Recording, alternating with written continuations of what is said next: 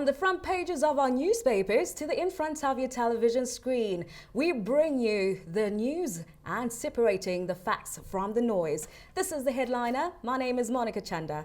And my name is Kurtley Gwindi. And yes, this is indeed a program exclusively here on ZBC News 24 that brings you to the pulse of media. And today we are focusing on a captivating issue that has been at the forefront of recent discussions that have everything to do with gender-based violence and the 16 Days of Activism commemorated here in Zimbabwe and across the world. Despite the collective efforts to raise awareness, the daunting backdrop of a gender-based violence continues to cast a long shadow over our society.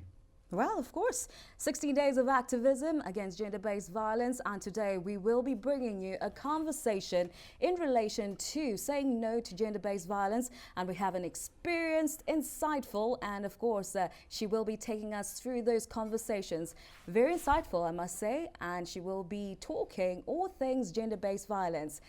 We will be speaking to Vimbai Naishe Chimuti. Yes, Welcome. indeed. And she's indeed, Monica, I must say, she's a knowledgeable and insightful journalist with a deep understanding of current events as well as things to do with GBV. Welcome to the show once again. Okay, thank you, Kate.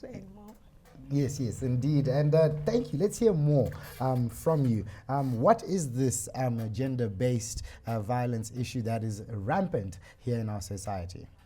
Okay, let me first start by acknowledging that national papers have dedicated themselves in significantly covering issues to do with the 16 days of activism against gender-based violence, which is roaming around the world and roaming around the country. And yes, we have seen a lot of people wearing orange and advocating for no to gender-based violence. Yes, indeed, Monica. And this is deep insight, and we're probably going to be looking at a lot of that in the second segment. And most definitely, it's a little bit of time for our headlines as we begin this first segment. Definitely. She did say people are wearing orange, but today she is in hot pink because we're tackling a very hot subject. All the same, let's get straight into those headlines. And first and foremost, the Herald. And it reads, Botswana to scrap passports for travelers. A positive move there, and spreading across the African continent as Zimbabwe and Botswana citizens will soon be using identity cards as travel documents amid indication that Botswana President Mokwetsi Masisi has hinted on actually scraping of passports between the two nations. Talk about integration. That's what we have been lobbying for.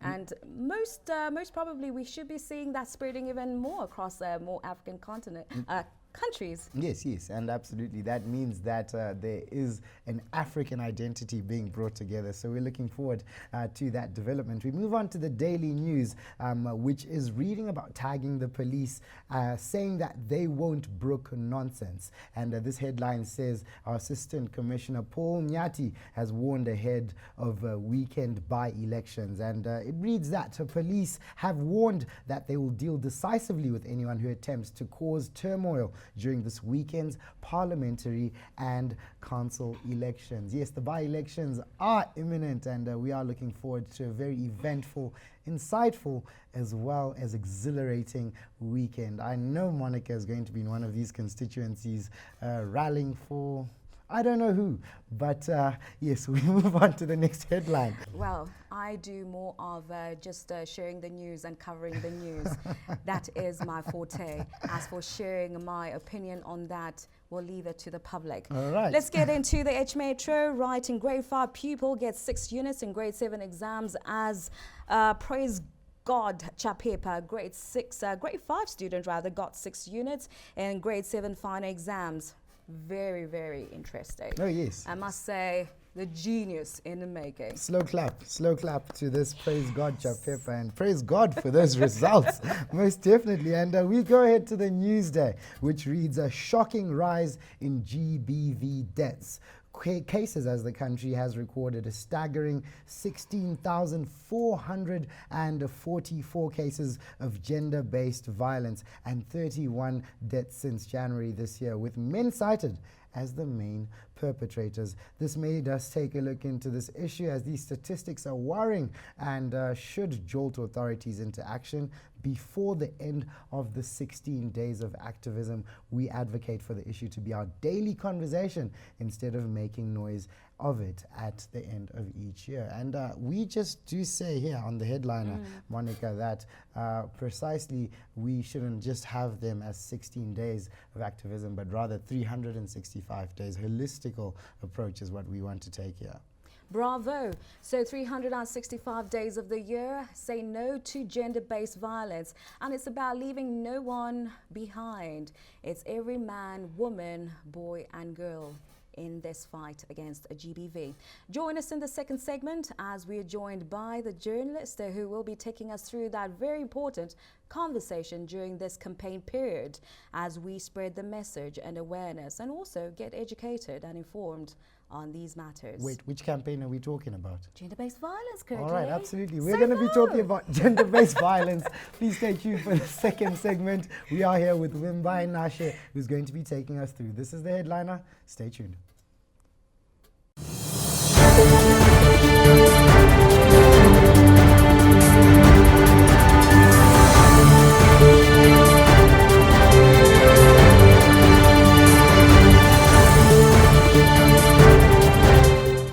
Welcome back to the headliner. This is the second segment, and today we are focusing and putting a spotlight on gender-based violence during the 16 days of activism against GBV. We do have our guest in studio. She is an experienced journalist, and help us welcome Wimbai Nashe Chimuti. Thank you, Mo and Kate. Yes, and thank you for staying with us. Perhaps we take it away into the crux of the matter. What do you say are the key takeaways from the recent coverage of the 16 days of activism, particularly in Zimbabwe, in the national papers, and particularly in relation to gender-based violence awareness? How best can you say that, we as journalists have covered, and what has been the conversation around it generally? Okay, while there are many issues covered by the national papers in the issue of gender-based violence, I've noticed that there's more to be done. I've noticed that there are lots of cases that are rising, and I've noticed that in 2022 we have casualties due to the gender-based violence, which were around 26, and this year it has recorded that one, which means we're noticing an increase in the casualties. And also I've also noticed that this year we have recorded about 16,000 gender-based violence. Okay, I've noticed that 16,000 women were abused this year from the period of January to October. I've also noticed that not only women have been abused, but we have also men who have been abused. Today we have woke up with the national papers with the news that there are also 2,000 men who are also abused during the period of January to October 2023. No, Sadly, these statistics are a cry for help from many victims of gender-based violence, but then it's also a call for action to the public. Which brings me to this question in terms of these awareness stories. Would you say we are seeing any tangible results, even in the reportage of stories on gender-based violence? What would be your assessment? Yes, I would like to say the reportage on gender-based issues have been very effective, and I also would like to acknowledge that national papers are doing such a big role in advocating and making awareness towards the issue of 16 days against gender-based violence. However, I feel like that, as I have mentioned earlier on, that I feel like men are left out. We are not covering men as the victims of gender-based violence as well. We are mainly reporting towards the issues affecting women. We are also reporting towards mainly concentrating on girls and women, of which many are also victims in this issue. I understand that many are also perpetrators, many usually are perpetrators of gender-based violence, but they deserve to have a shoulder to lean on. We have to make them as well. Right we there, have right to talk there, on Wimbai. behalf of them. I like you. I like you a lot because you've actually stirred the conversation in the direction that I would like to take. Well, take a look at it this way. You've spoken of a statistic which is 2,000. Cases that have been recorded. And with your assessment of this particular figure, would you say that men's voices are being heard? And how best can men's voices be heard with regards to GBV? Because you look at a classic case scenario of a man who is stifled in his homestead and a man who is perhaps, quote unquote, anutongwa nemkadzi. And in this case, how best can this man have his voice heard without also being called in society kuti murume uyu haasi murume because I don't know reporter because akurowa nemukadzi? Okay, thank you, Kate, for that. I would like to say men should now stand on themselves and stop shying away from the media, going and report their cases, because we have a number of cases of men who are even being abused out there and they are not even reporting it.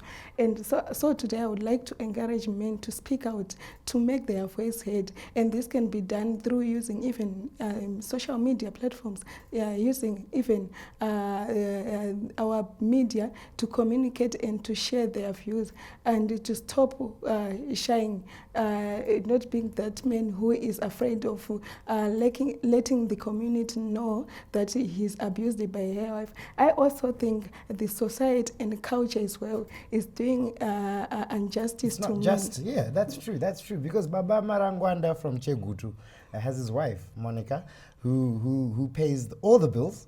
She's the one who's responsible. She's the breadwinner in the family. And then when Bai comes along, and probably look, Baba Marangwanda has Wimbai, who's paying all the bills. And in that case, he knows that his bread won't be buttered if he goes. What then becomes of a situation like that? Yes, I think the media should continue educating men on how to speak out. We should go as the media and start educating the men about the laws they can also use, just like women, to act against gender-based violence. I would like also to even encourage a civic society organization to not only concentrate on women, but also go out there and teach the men as well. There is even in the Bible, there is a verse which says, train the children in the way that you want them to grow. Yeah. I encourage parents to also teach their children, boy child and even girl child, that to love each other, and also teach them to stay with the bond that will not even allow to fight when they grow up. They should grow up fearing that violence is bad. But I'm also glad you raised the issue around law and civil society. Let's talk about policy and actions. Are we seeing enough policy discussions? Are we seeing enough actions coming in from government, even civil society, with regards the call for action, and especially when it comes to combating gender-based violence issues in our society? Okay, I think the media, national papers have done a lot in trying to conscientize even government officials to act against the gender-based violence. In Newsday, I've read a story which says that the Women Affairs Minister, Monica Mchangwa, has already given a heads up that there is a review on the national strategy for preventing gender-based violence, which will be done, I think, end of this month. So I think there's an action which has been done by the government, but I feel also that the government is not enforcing enough on the 2007 Domestic Violence Act, which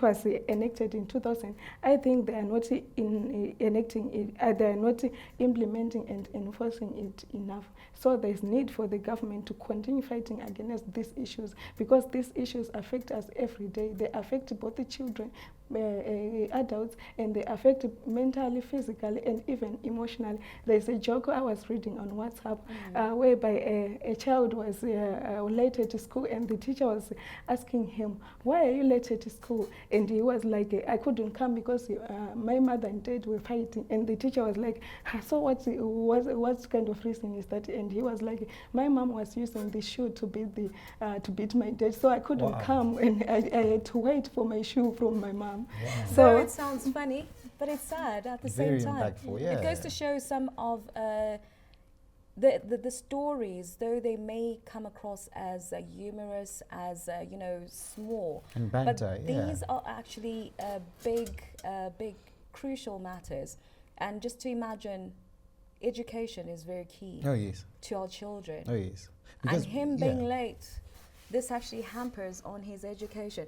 But also speaking to that, Vindai, let's talk about even some of the gaps to gender-based violence stories. Because we speak much about women who, yes, statistically, they're the higher number of victims of gender-based violence, where we even see 1 in 3 women by the age of 18 are sexually violated. But what more can we do in terms of the media? What other stories or what other areas in relation to GBV should we be saying being reported? I know we are short for time, but maybe in closing. Okay, we have to also include men, like I have said earlier on. We have to include men in our reportage.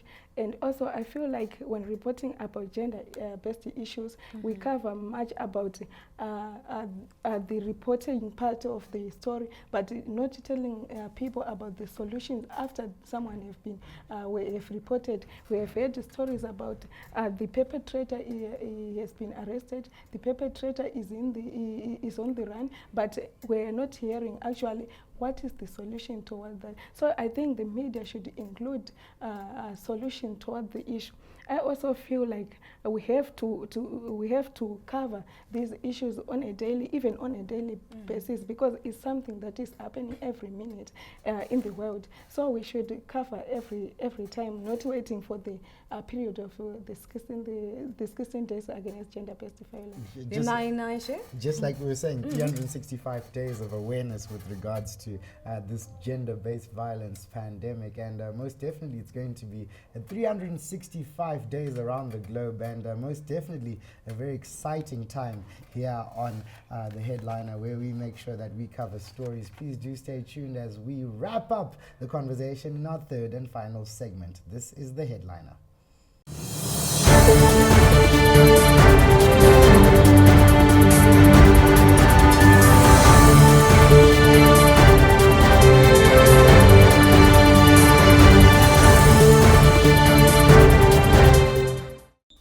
Welcome back to the third and final segment on the Headliner, and indeed we are looking at gender-based violence. Currently, so much has been raised in terms of the statistics, as well as what more can be done in terms of action when we are fighting this scourge. Naisha Chimuti still with us in studio, and as we get to wrap things up in this segment, we do call it the editor's choice, and today she is of course going to be joining us in that segment as we just get those last sentiments from her to our public. And what more can we do? What more can the public do? What more can public, private sector do? What more can you and I do in fighting GBV? Okay, I would like to say the media is a powerful tool that can be used to fight against gender-based violence. Let's not shy away in showing up and telling people about these issues. Also, I would like to say the society is an ecosystem that calls for a mutual symbiosis that is between the male being and the gem of our society, which are the women. Let's love one another. Let's stop gender-based violence. Oh yes, Thirdly? Powerful, and yes, we do appreciate your contribution today, Wembai, and most definitely the gems of our society are the women. Let's protect our women. I do remember a very, very profound quote from one of our revered revered artist, which is let's guard our women, let's protect our women. That's XQ Enoch, who always says that. And most definitely, I am sitting next to two gems. I am very happy as well to advocate for men to come out and speak out against this scourge in society, which is GBV. But from me, Curtly Gwindi. And of course, my name is Monica Chanda. But just in parting, social media can be a positive, it can be a negative. I am actually lobbying that we tighten the screws on social media, because it is also a tool that is spreading, or should I say, fueling gender-based violence. Even who are in the background filming, they should be accessories to GBV. That's just my call. But until next time, our guest Vimbanai Shea Chimuti and our crew behind the scene, let's keep headlining and let's keep those stories going. And don't forget, if you're going to vote the December 9 by-elections, let's be safe. Let's also say no to any forms of violence. We are a peaceful nation. Until next time, on The Headliner, my name is Monica Chanda. Goodbye.